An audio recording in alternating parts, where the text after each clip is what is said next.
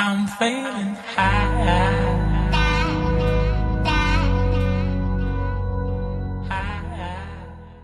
My name is Laura, and I am the founder of Majica, and we have Kevin here. Hi, I'm Kevin Sklander of Kevin Sklander Intuitive Insights. And we're so excited because we finally have Krystle of... Krystle, you just... Hi, I'm Krystle from Altered State of Mind. We've been talking about this day since the beginning of time. Yes, we're excited. We've been trying to get Krystle on the show forever. And we finally got her. Not that she didn't want to come on the show, but she finally got her schedule all clear. All clear for us, guys, so Always say yay. Drop Krystle a like and a Some heart hearts and and a some hug. likes. Well, thank you. The virtual hugs, they're good ones. Very honored to meet you. All right, let's do our disclaimer. Shout outs. Ooh. We have some shout outs. We're blessed. That's all I can say. Yeah? No. Shout out to, of course, our speaker from last week, Ms. Kim Majica from People First Leadership Coaching. Yeah, the live was pretty messed. It was messed up at the end. Technical difficulties everywhere, but it was a good show. So if you missed it, you can go back and watch it on YouTube, because we're starting to record and put them on YouTube if you missed the... Like, subscribe, and Yes. hit that bell. That's what those kids say. And of course, shout out to Altered State of Mind, Kyle and Krystle. They have been amazing to us. They have blessed us beyond what we ever imagined, really. Mm-hmm. Shout out to the man behind the lights, Mr. Misa. Misa. How you guys doing? Thank you. Oh, is he coming around? We're gonna Too much- pass Too much smoking. the sage on the way. Yeah. And of course, Kyle in the back too. Baron, thank you for the candle that we are going to surprise. And he's got a donation gift, Kenosha Awakening Market. Oh my god, 2 more weeks of that left. Yeah, if you guys have not went there, you really want to go check it out. It's So amazing. It's really good. And then we got some donations, and we were very, very, very, very appreciative. So thank you, Jackie. Thank you, Flacco, for... Oh, look, he's on. Thank you, Flacco, for the Leons. It was good. And Krystle, I don't know your last name, but thank you for the donation. Thank you guys. Yes. That means the world to us. Yeah. That keeps us moving. It keeps us going. We talk about that every week, that, you know, we quit our jobs. We don't work for no man. We work for the universe now. We work for the universe. We don't work for man. And it's awesome. it's a ride, but you know, we definitely believe in, you know, what we give out, we give back, you know. Nessa, thank you for coming on. Thank you everyone that's coming on right now. But Yes. we'll talk about that later. We're gonna start with a little different thing tonight. We decided to kind of put out the energy out to the world. Right. Where we're gonna light a candle for you guys. Right. And this energy, you know, once again, it's one of those energy exchanges. Even if you guys just want to put 50 cents in, or send us some Leons, you know, we're grateful. And we do this every week for you guys. And, you know, we'll light that in a moment. We're going to be very intense into it. Yeah, so what we're going to do is we set the Gtfo Candle. So what we're going to say is get the out of here to lack, to poverty, to depression, to negativity, to everything. We felt called to do this. And then I threw some bay oil for prosperity and some success. Or what did I tell you it was? Success and protection. Yeah. So we wanted to light it up because we were blessed last week. We figured we wanted to send the same energy back. We seen so much love last week. The technical difficulties was messed up, but Man, it was awesome. Like Tuesday night when we left, we felt so full of love. Yes. And we were like, yeah. And like things just kept happening and kept happening and kept happening and kept happening. And like we could cry, it's so good. Mm-hmm. Definitely. It's a good thing. And we want to share that energy with you guys. So, we're putting our intentions. It's a Gtfo Candle. Lighter. Lighter.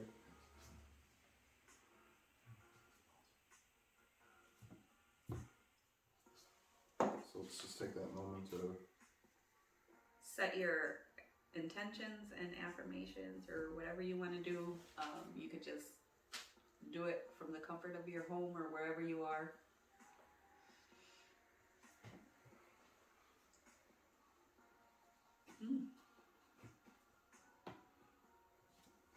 Beautiful.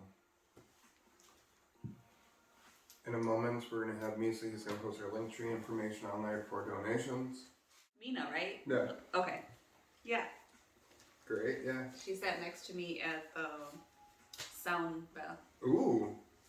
Cool. By the way, the sound bath, I don't know if you guys heard, but it was packed and it was, wow. It was awesome. Yeah, so if you missed the sound bath on the new moon, come back next new moon and come early because it was packed. But what's and cool, beautiful. What's cool about that is you guys will be able to experience that soon too. Yes. In a couple weeks.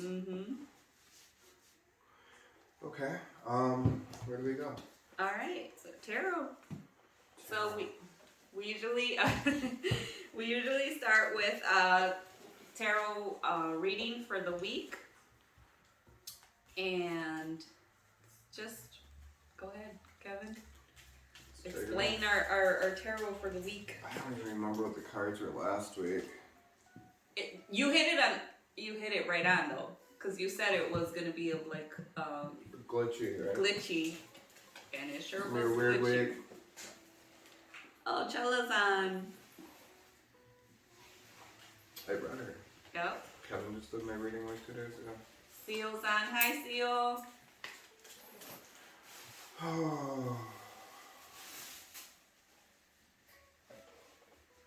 Someone's looking for snacks. Okay, guys. Last week, if once again, if that reading resonated with you guys last week, like and follow. Oh, and we got a jumper right away.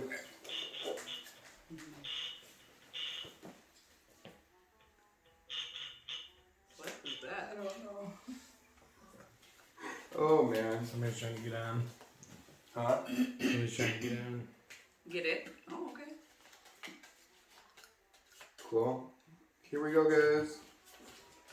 Your weekly reading.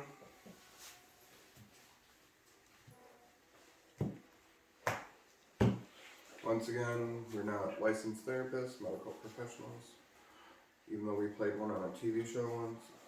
Oh, Bobby's on. Hey, we miss you. Okay.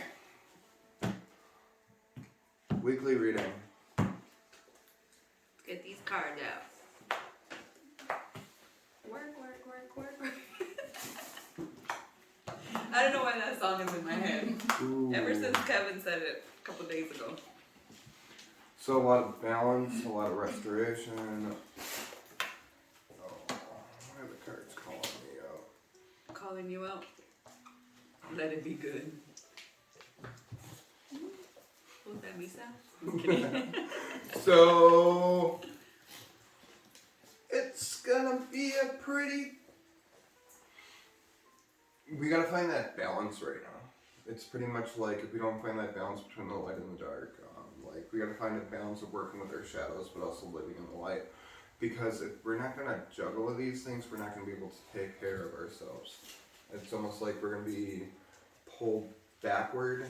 Like it's gonna be a good time to reflect this week, but it's also gonna be a good time to like plan for future things.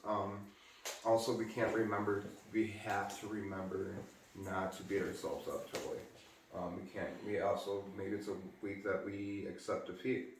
Maybe it's a week that we say, okay, well, time to start the next harvest and plant those seeds and grow again. even if that means like wiping out everything. I feel called out right now. And the other good things, it seems like relationships are going to start mending. People are going to start coming together more supportive than ever. And I think that's more maybe happening on a global scale. It looks good. It looks like a lot more things are going to be more juggled. We're also, I think a lot of us people are not going to be able to. Nothing. Keep going. Hey. Oh, that's so weird. Like I'm in Jimmy Fallon. We have to really work on speaking our truths. Yes. Even if it hurts. Like even if it sucks. Like even if we have to say what we want to say. Because it might be killing our soul, it might be eating away at us, but it's a really important time that we literally start speaking what we need to speak. And I love you too. It's almost a time for us to not take that bullshit anymore. You know, like,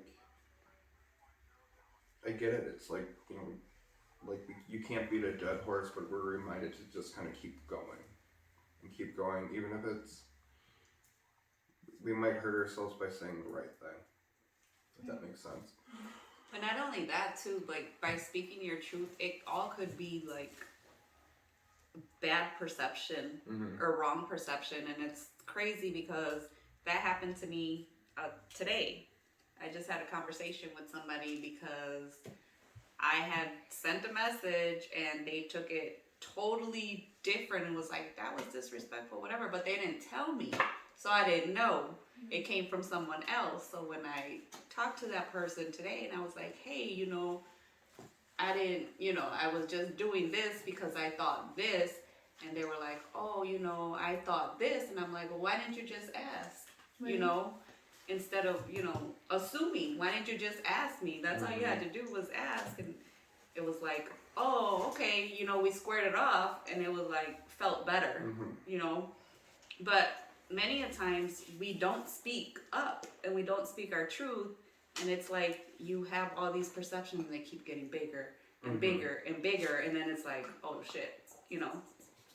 So yeah, speak your truth, you know. Even if you don't want. My sister's having deja vu. Even if it feels uncomfortable, because it's gonna just, for me, if you don't speak it, then it's just gonna get worse. You know, you're just gonna go deep down the rabbit hole, and you're gonna try to climb yourself out, and it's just gonna be a big old mess. And that's how I feel that it is. It is right now. You know? I just read something that said we hurt ourselves more in our imagination than in real life. That's a good one. And I'm like, oh, because we will make scenarios happen. Right. And it's like, It happens. It happens, and it's because we don't speak up. So yeah, using that voice. If that resonated with you guys, drop that heart. Kind of did. Yeah, we all felt that. Exactly what I've been fighting with. I'm so excited to talk with Krystle. I know. It's like, hurry up. I just need to shut the hell up right now. I like listening to you guys. I'm totally fine with it.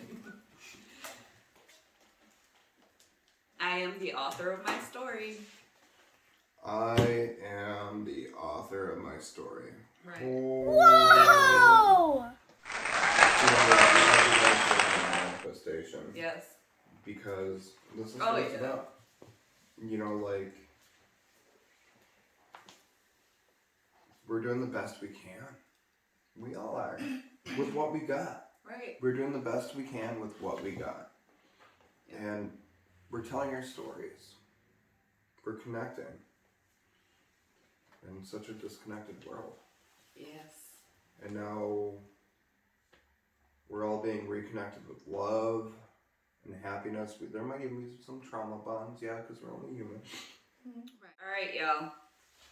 So, drum roll. Dun, dun, dun.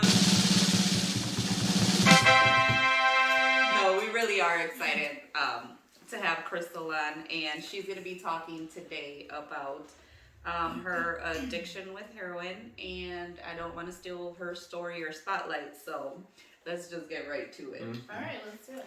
So, how were you introduced to heroin? That's a good question. You know, I had been using Percocet for quite some time. Throughout my whole 20s, I was using Percocet. And I had called my so-called friend at the time, my drug dealer, and he couldn't get any for me. And he was like, all I can get you is heroin. I was like, no, you know, I can't do it. But I was pretty dope sick working. At that time, I was working at a hospital. And so yeah, I had him go get me some. And kind of snowballed effect after that, you know. I didn't really stick with heroin right after that. I just continued to use the Percocet and stuff, but soon after, yeah, that's when I started using it. So how long were you an addict for? I mean, I would say at least 10 years. I started early in my teen years. I dabbled a lot with like painkillers. I had a boyfriend that could get methadone, so I was using methadone at that time. And it was like very sporadic. And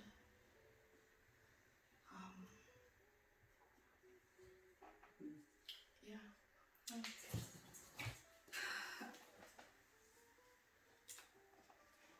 And so what were some of the worst experiences you had while on heroin? I have quite a few. One in particular, I was actually dope sick, and I was driving to my friend's house to get dope, and it was like snowy out, and I was going way too fast, and I ended up totaling my car. So that was one thing is I totaled out my car.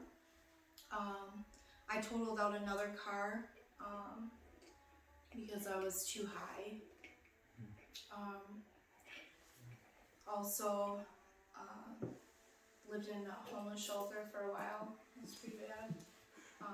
But I think the worst thing was actually like getting to jail and feeling those four walls around me. But yeah, like not, you know, there's just so many instances and so many different experiences that I've had that would probably just take, you know. Yeah. So when you went through those instances, like what was going through your mind? Like did you were like, I don't care, I want to go, you know, feel like, I don't know, you know, like what did you feel while you were going through those things in your head, like, you know? Yeah, I mean, I honestly didn't care really about anything. When you get dope sick, it is like the worst feeling on earth. You know, you get diarrhea really bad. You have restless leg syndrome really bad. You're super dehydrated, and you can't eat, and you literally feel like you are going to die. You feel like you're going to die if you don't get the substance. So, you know, I think there was a part of me that thought of the consequences, but I didn't care, you know, like, I was just so broken that I didn't care, you know, I didn't care really what happened to me, you know. So when did you finally decide that enough was enough? I actually had tried a few times to get sober. It wasn't until my sister and my mom called the cops on me, and I had stolen my grandfather's credit card, and I was sitting in jail and found out that I was going to be probably sitting for at least 6 years in prison. It really wasn't even then that was like my bottom. It was when when I would call my mom on the phone and I could just hear in her voice that she just wanted to give up on me. And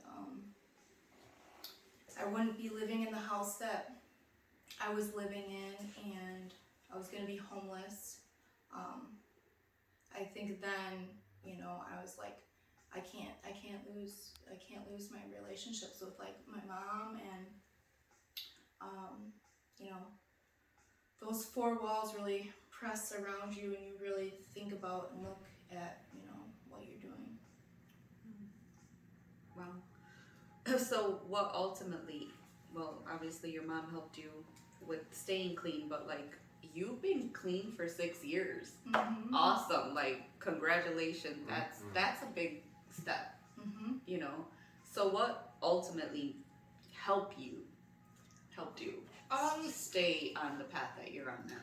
I think it was a series of things. I went to treatment for 90 days in an all-females facility, and then I went to a sober living house. And when I was at the sober living house, I worked with a coach, so I learned different pathways of recovery, and she really worked with me and figured out like a way that was going to work for me and my recovery, not somebody else's recovery. She really worked with me to figure out what was going to work, and she introduced me to crystals in different ways to reprogram my mind.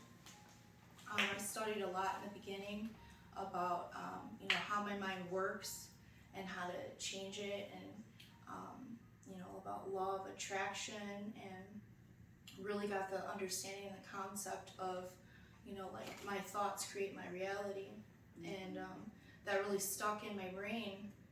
It's like I have the ability to change anything if I just change what's in my mind, you know. So what advice would you give to someone struggling with addiction and their families of somebody that has somebody that is addicted and would, you know, doesn't know where to go, or, you know, doesn't know what to do? Yeah, that's a good question. I mean, for me, you know, what worked for me probably doesn't work for everyone, but I listened to something last night, and they said, you know, you can't punish someone for pain, right? We can't punish people for pain, and addiction comes from typically, you know, trauma. And we really need to have love and compassion for these people, because they're struggling, and a lot of it is, you know, not only the addiction is just like I can't think of the word, but it's like it's just a symptom. It's just a symptom. It's a manifestation of what's really going on. So for the families, you know, support is huge. Talk to somebody. You know, there's programs out there. Al-Anon is one of them. You know, a support system of like-minded individuals that have children that, you know, are going through addiction. For the addict, I know that it's really hard to ask for help, but you gotta ask for help. Like, that's the only way things are gonna change, you know, is if you ask for help. Yeah, I mean, addiction is a big one, and I've lost family to addiction. I'm sure a lot of people have lost family to addiction. So a couple people Yeah. just mentioned it too. Yeah. So, what advice would you give to people who judged you without knowing your story? Because it does come from, you know, some trauma. Mm-hmm. You know, you don't just go and decide, oh, I'm gonna be an addict today. You know, it was Right. something that you wanted to kind of use to mask the pain, right? Right. That you were feeling. Mm-hmm. So, and a lot of people do judge. You know, Mm-hmm. oh, you know, don't help them because they're addicts and you know whatever. But, you know, what advice would you give people that or what would you say to people who judge without knowing the whole story, or that don't have compassion? You know. You know, it can be really anyone. It can be your son or your daughter. And also too, like, you know, there's substance abuse addictions, right?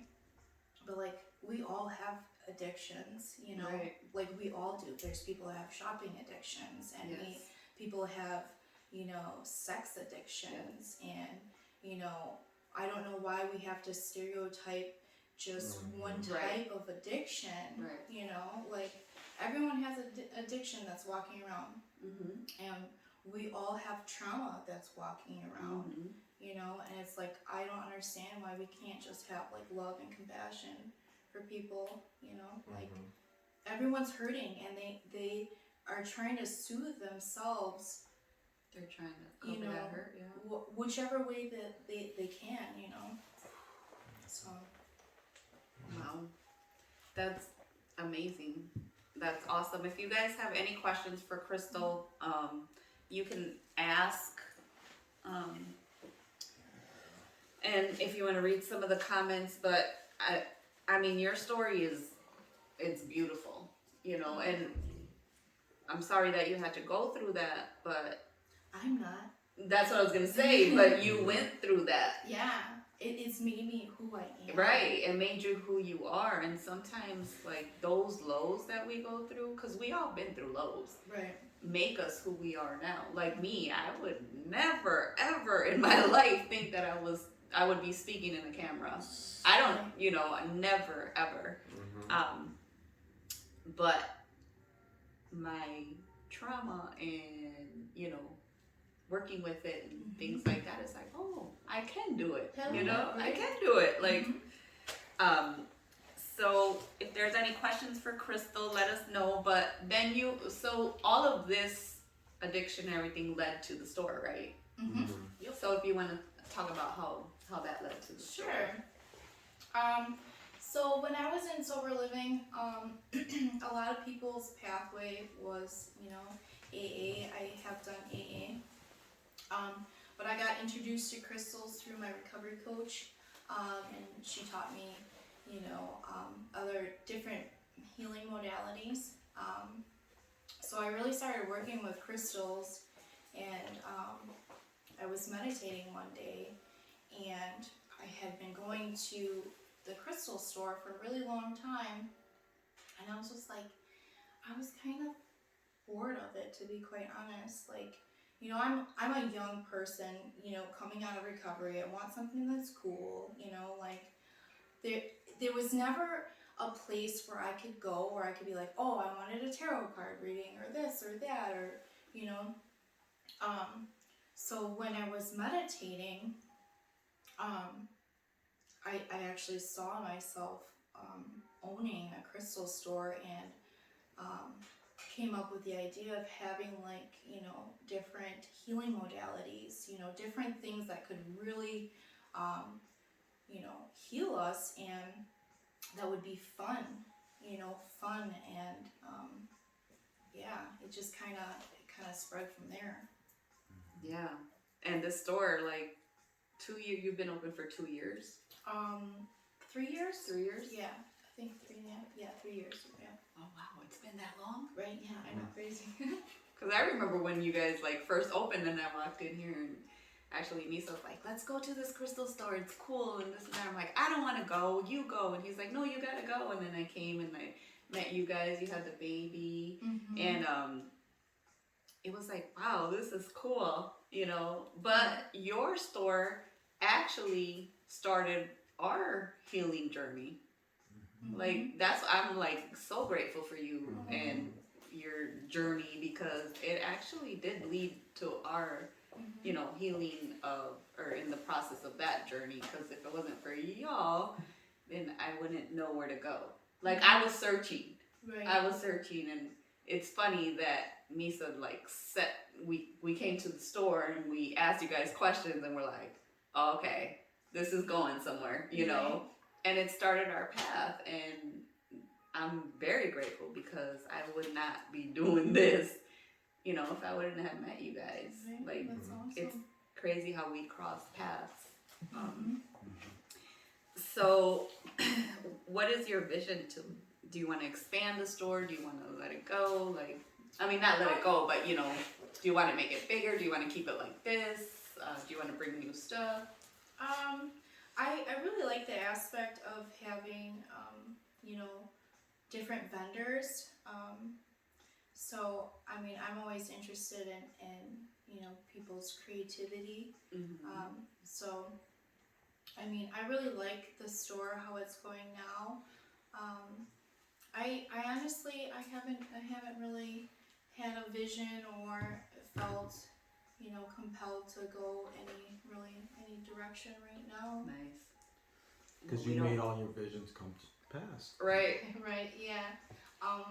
Yeah, I guess, yeah. Well, we don't want you to go anywhere either. I'm sure a lot of people don't want you to go anywhere, but really your journey did pay off, because we would have never met Kevin. Like, we've met so many people out of this store that is like family now, Right. you know.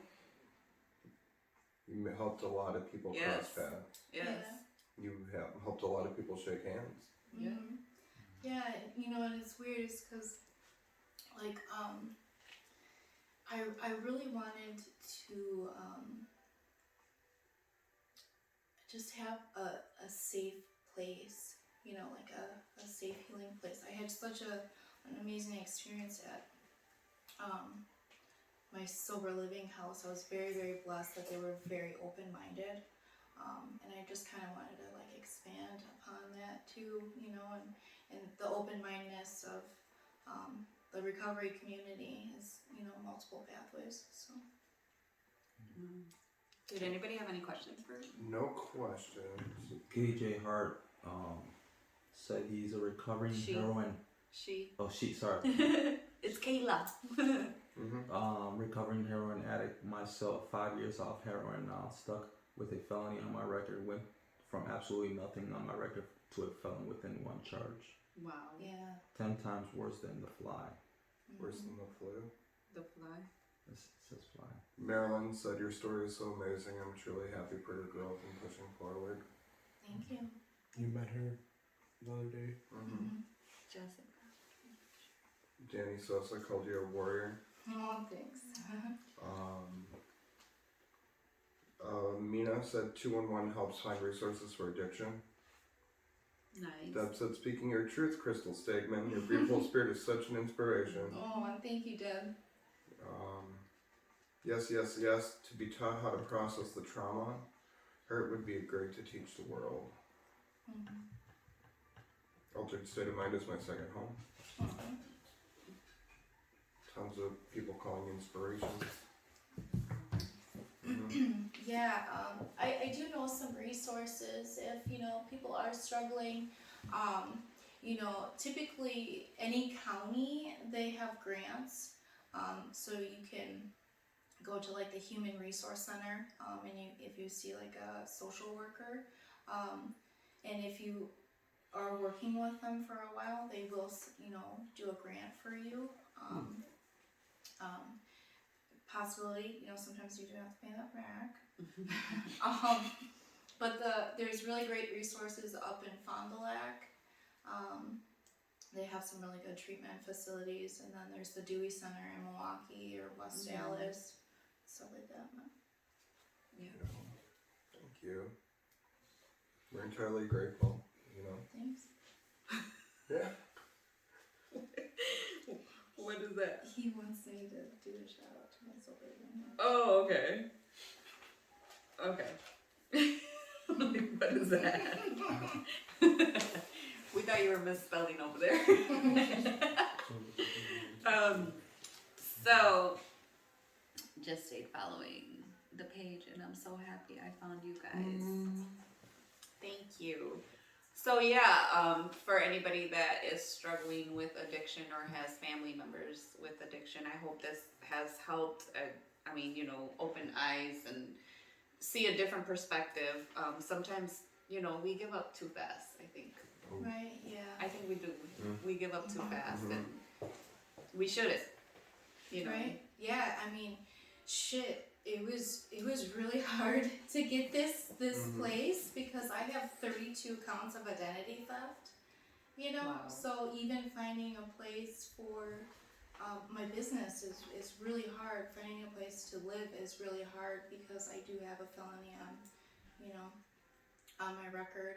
But if you have the correct intentions, Right. and there are people that are willing to help you, you know, and you can really do anything. Yeah, that's a message in itself. Like, don't feel like you don't have any help out there. Right? Yeah. There's help. You just gotta keep asking. You know, Laura says it all the time. It only takes one. It only takes one person. Right. Oh, like a small little family, amazing people. Oh, wholesome. It's meant to be. Cool. Does anyone have any questions for Krystle? She loves questions. Yes. And I'm glad that you did hit like there is different addictions. Yeah. It's just that this one shows more. Right. You know, other addictions you can slide by and hide them in your closet. You know. Right. Yeah. But this one, you can't hide. I think. yeah. Sorry. No, go ahead, because I forgot what I was saying. I was gonna say, like, the definition of an addiction is like, you know, is it causing you harm? Is it causing somebody else harm? You know, and that could just, I mean, shit, you know, self-destruction can be an addiction, or self-sabotage. Yeah, Right. self-sabotage. Can be addiction, and a lot of these things can be comorbid with each other. So not only, you know, can you have one addiction, but you can have multiple behavioral issues. Or you could think that you're healing yourself from one addiction and go to another one and be like, no, that, you know. Right, yeah. I remember hearing at an open speaker meeting for AA, and somebody said, I don't have an issue with the alcohol, I have an issue with the ism. You know, like, it's everything after, you know, like, we can get addicted to anything. Right. For a while, like, I was addicted to food, you know, like, Right, yeah. people are like, what? Food is a big one, though. Right. Oh, hell yeah. And that's crazy. Food Like, is a big you addiction. can't walk to a corner, like, you gotta go meet a guy and be like, hey, you got a big Whopper? You know? You know? Right. And it's, like, crazy, because it touches upon anything, Right. Yeah. you know, and, you know, we're all vulnerable, too. Oh. It can happen to anyone. Definitely. I mean, the people that I've known that had addiction or, you know, died from addiction and stuff, it's like, wow, you would never have guessed, you know, that they would be addicted to something. Right. But then you go back and you look at their past and it's like, it's understandable. You know, it's just understanding and having that compassion. Like you said, like compassion is a big one. Right, yeah. It's understanding. That's a tough one. I think, I don't know where I saw it, where there's this lady, like, if you knew somebody was going through, like, an addiction, like, we shouldn't feel weird about buying them cigarettes, or, like, helping them out. Right. Because they're, like, just because they're hurting doesn't mean they don't need help. Right, yeah. And it's like, you know, we put them as, like we look Right. at them like they're zombies. Right. When Somebody have a question for you. I feel like they're just trying to survive. they're just someone going through it. The question is from now Yumi, how are you taking care of yourself now? What does a healthy care routine you go to? Oh, like your health care. So what was that A question? healthy routine that you do. Oh, okay. So, my daily routine is very intentional. When I take a shower, it's super intentional. I wash my hair. I imagine white light, and I'm washing away my emotions or anything that I've gone through. So, brushing my teeth, things like that, is very intentional. I'm not perfect. I could probably meditate more. I could probably do yoga.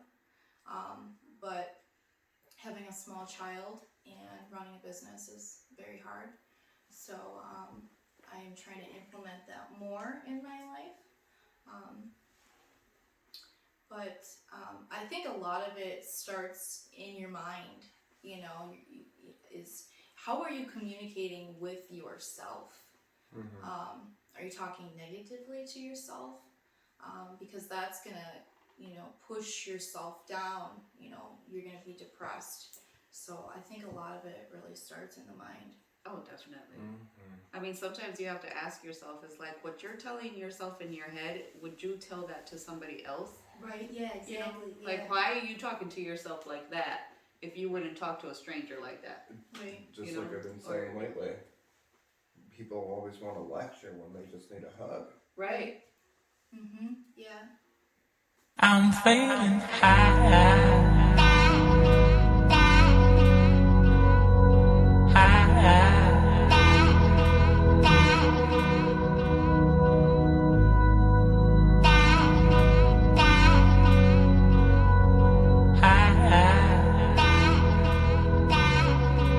I'm feeling high.